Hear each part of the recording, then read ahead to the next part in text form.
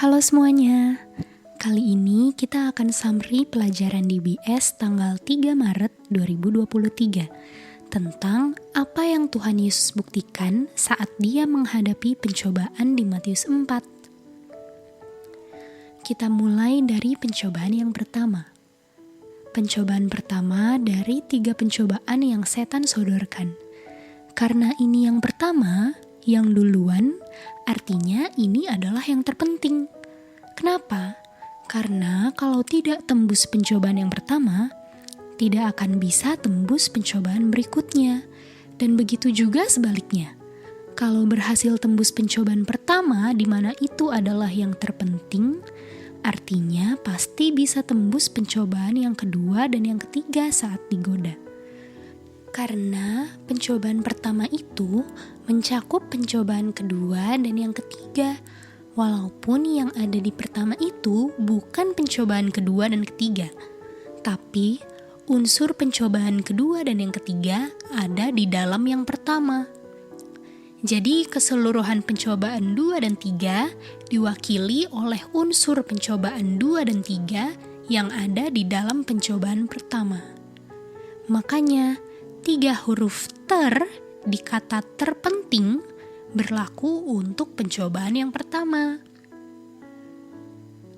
Nah, kalau sudah tembus yang pertama, apakah karena sudah pasti tembus yang kedua dan yang ketiga, artinya tidak perlu lagi untuk digoda di pencobaan kedua dan ketiga? Pencobaan kedua dan ketiga tetap setan sodorkan dan tetap perlu tembus, karena 2 itu 2 dan 3 itu 3. Nah, sekarang kita mau lihat apa unsur pencobaan kedua yang ada di pertama? Jawabannya adalah faith, iman. Karena orang yang loncat di pencobaan kedua itu adalah orang yang presumptuous. Jadi setan ini tujuannya mau buat Tuhan Yesus untuk commit sin of presumptuous. Dan apa yang dia sodorkan di pencobaan kedua itu adalah caranya supaya tujuan dia bisa tercapai. Dan caranya adalah setan pakai it is written, ada tertulis. Karena di pencobaan pertama, setan gak berhasil jatuhkan Tuhan Yesus dengan cara melanggar, dan Tuhan Yesus pun menjawab dengan it is written. Jadi sekarang di pencobaan yang kedua, setan mau jatuhkan Tuhan Yesus menggunakan firman Tuhan yang tidak dilanggar.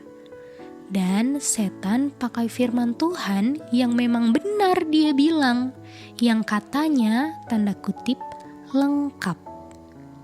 Karena kalau setan pakai firman Tuhan yang lengkap 100%, Tuhan Yesus tidak akan melanggar.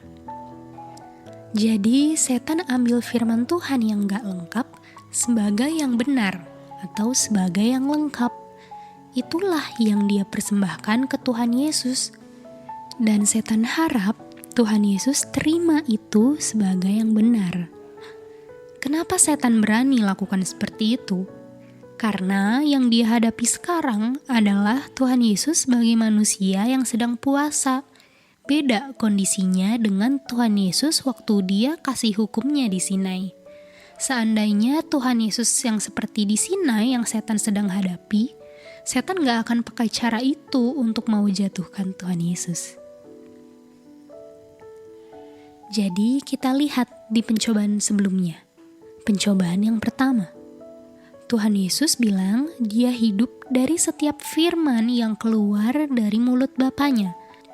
Man shall not live by bread alone, but by every word that proceeded out of the mouth of God. Dan berdasarkan inilah, setan sodorkan caranya di pencobaan yang kedua menggunakan ada tertulis, it is written, yang dia kutip secara nggak lengkap. Dan apakah yang setan kutip itu akan diterima sebagai firman Tuhan yang lengkap yang benar-benar Tuhan Yesus hidup dari setiap kata firman Tuhan? Atau tidak? Sekarang kita mendalam. Setan mau Tuhan Yesus commit sin of presumptuous. Setan mau Tuhan Yesus terima yang dia katakan itu sebagai kebenaran. Tapi, bagaimana yang setan kutip yang gak lengkap itu bisa diterima sebagai kebenaran? Karena kalau begitu nanti berarti Tuhan Yesus melanggar yang every word, yang tadi dia bilang bahwa dia hidup dari setiap firman yang keluar dari mulut Bapa. Jadi, untuk bisa commit sin of presumption itu, harus tahu yang benar 100%. Harus tahu firman Tuhan yang lengkap 100%. Dan setan mengutip firman Tuhan yang gak lengkap itu. Kita sebutlah persentasenya 90%. Tapi dia ingin Tuhan Yesus terima itu sebagai 100%. Dan setan kutipnya dengan didahului oleh kalau kamu anak Bapa sebagai premis untuk mendesak Tuhan Yesus membuktikan dan ikut anjuran setan bahwa bukan dari setiap firman-Nya, tapi untuk buktikan kalau dia itu memang benar the Son of God. Jadi setan ini pakai every word yang gak lengkap, dan kita perlu consider itu karena itulah yang setan gunakan. Dan kalau Tuhan Yesus terima itu sebagai kebenaran yang lengkap 100%, artinya Tuhan Yesus menurut yang lengkap 100% versi setan yang sebenarnya nggak lengkap. Sehingga berarti Tuhan Yesus jatuh dari kekurangan firman Tuhan yang nggak setan kutip. Artinya dari 10%-nya yang Tuhan Yesus nggak lihat bahwa itu ada. Karena 90% yang setan sodorkan sudah diterima sebagai 100%. Jadi presumptuous itu kan harus dari 100%. Tapi setan hanya sodorkan firman Tuhan yang 90%. Kalau setan mau Tuhan Yesus commit sin of presumptuous yang harus dari 100%, kenapa setan gak langsung kutip firman Tuhan yang lengkap yang 100% aja? Kenapa setan harus lewat jalan yang mengutip firman Tuhan yang hanya 90%? Karena premis untuk melanggar yang 100% itu, untuk commit sin of presumptuous-nya bisa tercapai, itu ada di 90%. Makanya setan gak mau langsung pakai yang 100%, karena gak akan berhasil. Makanya setan kutip firman Tuhan yang 90%, karena kalau yang 90 itu sudah dianggap sebagai 100%, walaupun setelah itu dikasih yang 100% pun juga akan jatuh, karena di 90-nya sudah jatuh. Makanya, untuk bisa jatuh di 100%, hanya bisa jatuh di situ kalau lewat yang 90%, tapi tujuannya tetap untuk yang 100%. Jadi tujuan setan itu untuk Tuhan Yesus tolak yang 100%, tapi pikir dia sedang tidak tolak yang 100%. Sehingga dia pikir dia sedang menurut yang 100%, sementara 100% itulah yang sedang dia langgar. Saat setan sodorkan yang 90%, tujuan setan akan berhasil saat yang 90% itu diterima sebagai 100%. Padahal kenyataannya itu hanya 90%. Sehingga dia pasti melanggar 10% yang kekurangan yang setan tidak sodorkan, karena dia sudah pikir yang 90% itu sebagai yang 100. Tapi walaupun yang 90% itu sudah diterima sebagai 100%, secara kenyataan, officially, itu baru 90%.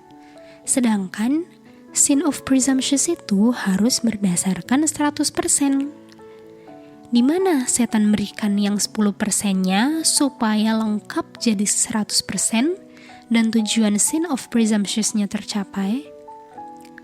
10% yang dia langgar itu, dia langgarnya bukan melanggar di sisi 10, tapi melanggar 10%-nya yang setan ungkapkan dalam bentuk yang lain. Sehingga bisa tercapailah secara official 100%, dan tujuan sin of presumptuous itu bisa tercapai tanpa setan ungkapkan yang 10.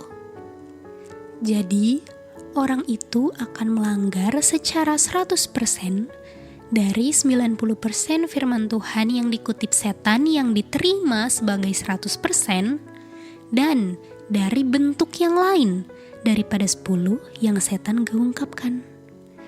Jadi, apa bentuk yang lainnya?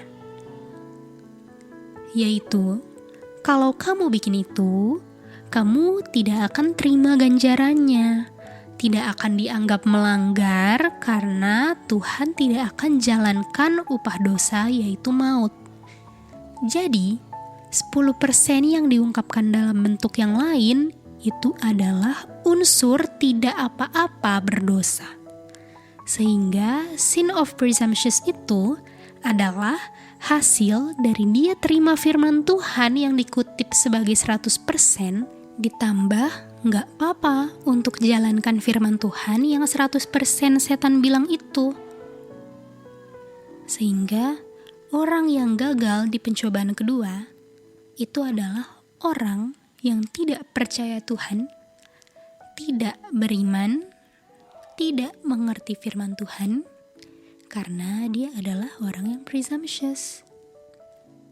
Inilah summary DBS tanggal 3 Maret 2023. Sampai ketemu di summary DBS selanjutnya.